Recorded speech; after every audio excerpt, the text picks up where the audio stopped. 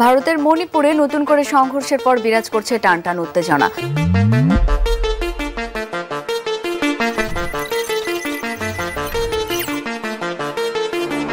ভারতের সেভেন সিস্টার্সে প্রতিনিয়ত বিদ্রোহীরা হামলা করছে।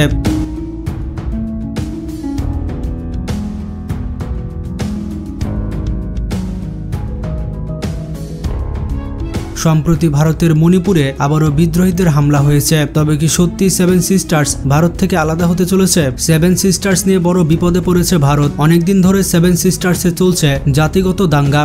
এই 7 রাজ্য আদৌ ভারতে থাকবে কিনা এই আলোচনা যখন তুঙ্গে, তখন সংঘাত এবং হামলায় উত্তপ্ত হয়ে উঠেছে ভারতের মণিপুর। কয়েক বছর মণিপুরের দাঙ্গা শান্ত থাকলেও বর্তমানে মণিপুরের অবস্থা আবারও খারাপ। এবার মণিপুরে ড্রোন এবং ক্ষেপণাস্ত্র হামলা করা হয়েছে।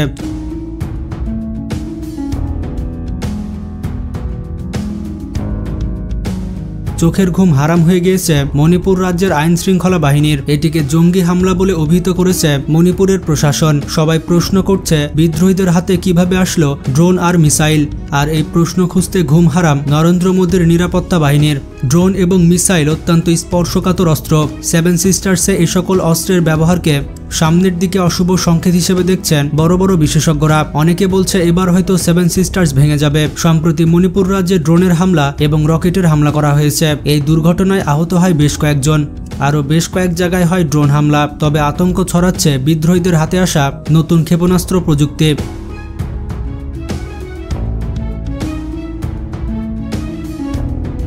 স্থানীয়ভাবে পরিবর্তন এনে নিজেদের তৈরি লঞ্চারে ছোড়া হচ্ছে দূরপাল্লার এই সকল মিসাইল। বিদ্রোহীরা পরিবর্তন এনেছে মিসাইলের বিস্ফোরকেও।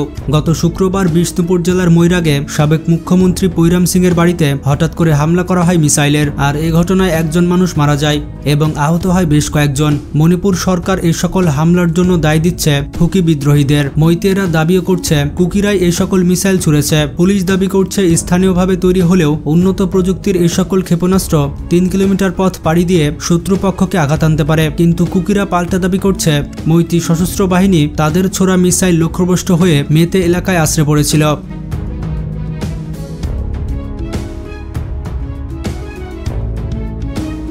এই ঘটনার পর থেকে উত্তেজনা বাড়ছে রাজ্যটিতে। শুক্রবারের এই হামলার কয়েক ঘন্টা পরে মণিপুর রাইফেলসের হেডকোয়ার্টারে হামলা চালায় উত্তেজিত জনতা। অস্ত্র লুটপাটের চেষ্টা করলে তাদের পরিকল্পনা ভেস্তে দেয় পুলিশ। এর পরবর্তী দিন শনিবার সকল শিক্ষা প্রতিষ্ঠান বন্ধ করে দেয় মণিপুর রাজ্য। এই পরিস্থিতিতে রাজ্যের কুকি অধ্যুষিত বিষ্ণুপুর এবং চোরাচাঁদপুর অঞ্চলে বিভিন্ন এলাকায় শনিবার সকাল থেকে তল্লাশি অভিযান শুরু হওয়ায় তৈরি হয়েছে বিভিন্ন ধরনের বিতর্ক। কুকিরা অভিযোগ তুলেছে পুলিশ এবং মেতিরা সংঘবদ্ধ হয়ে তাদের এলাকাগুলো দখল করার চেষ্টা করছে। যদিও অভিযোগ উড়িয়ে মণিপুর পুলিশ দাবি করছে এর মধ্যে 3টি জঙ্গি বাংকার একেবারে ধ্বংস করে ফেলা হয়েছে। সেগুলো নাকি কুকিদের ডেরা ছিল, এমনটাই দাবি করছে পুলিশ। তবে চলমান অভিযানের মধ্যেই মণিপুরের জিরিবাম জেলায় 2 গোষ্ঠীর বন্দুকযুদ্ধে মারা গিয়েছে অন্তত 5 জন। গোলাগুলির শব্দ এবং হামলা ও পাল্টা হামলায় আতঙ্কে রয়েছে স্থানীয় বাসিন্দারা। 2023 সালে মণিপুর হাইকোর্ট মেতে জনগোষ্ঠীকে তফসিলি জাতির মর্যাদা দেওয়ার বিষয়টি রাজ্য সরকারকে বিবেচনা করার নির্দেশ দিয়েছিল। এরপরে কুকি সহ স্থানীয় বেশ কয়েকটি গোষ্ঠী এই সিদ্ধান্তের বিরোধিতার পথে নামে। আর সেই ঘটনা থেকে সংঘাতের সূচনা হয়। মণিপুরের জাতিগত সম্প্রদায়ের সংঘর্ষে এখনো পর্যন্ত প্রায় 200 মানুষের মৃত্যু হয়েছে। ঘরছাড়া হয়েছে প্রায় 60,000 বাসিন্দা। পরবর্তী সময় ইম্ফল হাইকোর্ট ওই বিতর্কিত নির্দেশ প্রত্যাহার করলেও এখনো পর্যন্ত শান্তি ফেরেনি উত্তর পূর্বাঞ্চলের ওই রাজ্যগুলোতে। কারণ কুকিদের মনে তৈরি হয়েছে নতুন আশঙ্কা। মূলত সমতল এলাকার বাসিন্দা মেইতে মণিপুরের বৃহত্তম জনগোষ্ঠী। অন্যদিকে কুকি, অঙ্গামী, লুসাই, নাগা, থার্সের এরকম 30টি জনগোষ্ঠীর বাস পাহাড়ি এলাকায়। তাই কুকিরা অভিযোগ তুলেছে সহিংসতা দমনের অজুহাতে মেইতে প্রভাবিত পুলিশ ও প্রশাসনের সহায়তায় ধীরে ধীরে পাহাড়ি এলাকায় জনজাতিদের জমি দখলের অভিযান শুরু করা হচ্ছে। বলতে গেলে বর্তমানে মণিপুরের অবস্থা খুবই খারাপ।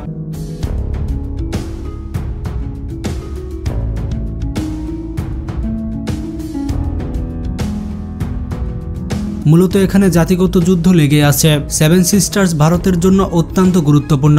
তবে সেভেন সিস্টার্সের বেশিরভাগ বাসিন্দারা আদিবাসী জনগোষ্ঠীর। আসাম রাজ্যের মাধ্যমে ভারতের সেভেন সিস্টার্স মূল ভারতের সাথে যুক্ত হয়েছে।